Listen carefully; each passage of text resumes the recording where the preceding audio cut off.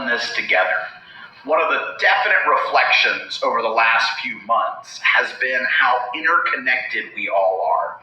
We are all very dependent on each other in lots of different ways. In particular, around our health, our all willingness to engage in the health guidelines not only protect ourselves, but also protect others. This is an example of that interconnectedness.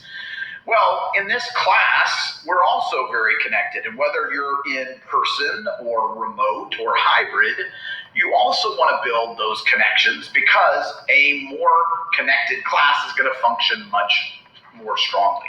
Our connection and building community is going to really be helpful. If you take the word community and break it into two parts, common and unity, the common part is trying to find common ground, things that we have in common, things that we can connect around. And then unity is trying to come together around shared practices, shared values, and some shared goals. And that's kind of what we're doing. And so this is the concept of community. Well, in order to unite, it really starts with you. So all of us need to work on skills to be better at uniting. And those are skills around connection. And that's what we're going to be doing in the next couple of lessons. Because connection is really important, but not just to this class. These skills are going to serve you really well for the rest of your life because life is all about relationship. I think we can all agree that we could all right now really use a little more kindness in our lives. Kindness to ourselves and kindness around us. Kindness is actually a set of skills that underline being kind. And it's not just a set of skills, but also a couple of key values. And so if you take kindness and look at the underlying skills, we can teach it through an acronym, KIND.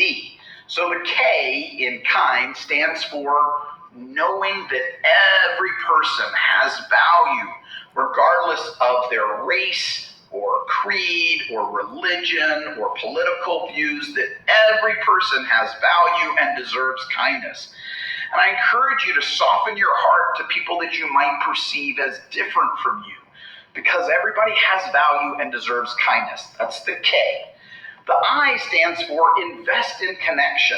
And investing in connection has a lot to do with being able to just take the time to get to know someone and actively listen to them. Active listening is one of the future lessons coming up. And trust me, listening is more complicated than we think. The third part, or the N, stands for notice what they're feeling. In order for me to be kind and act in a kind manner, I need to know a little bit and notice what you're feeling and what you may need. And what that leads to is the D, which is to demonstrate care and compassion through action.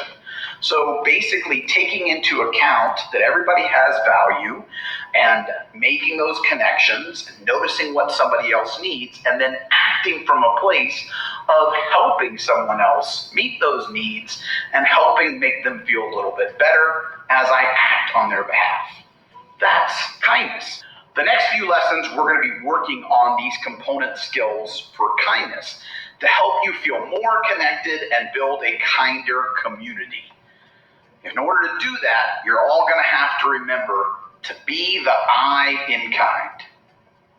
So check out the materials, and I'll see you in the next video.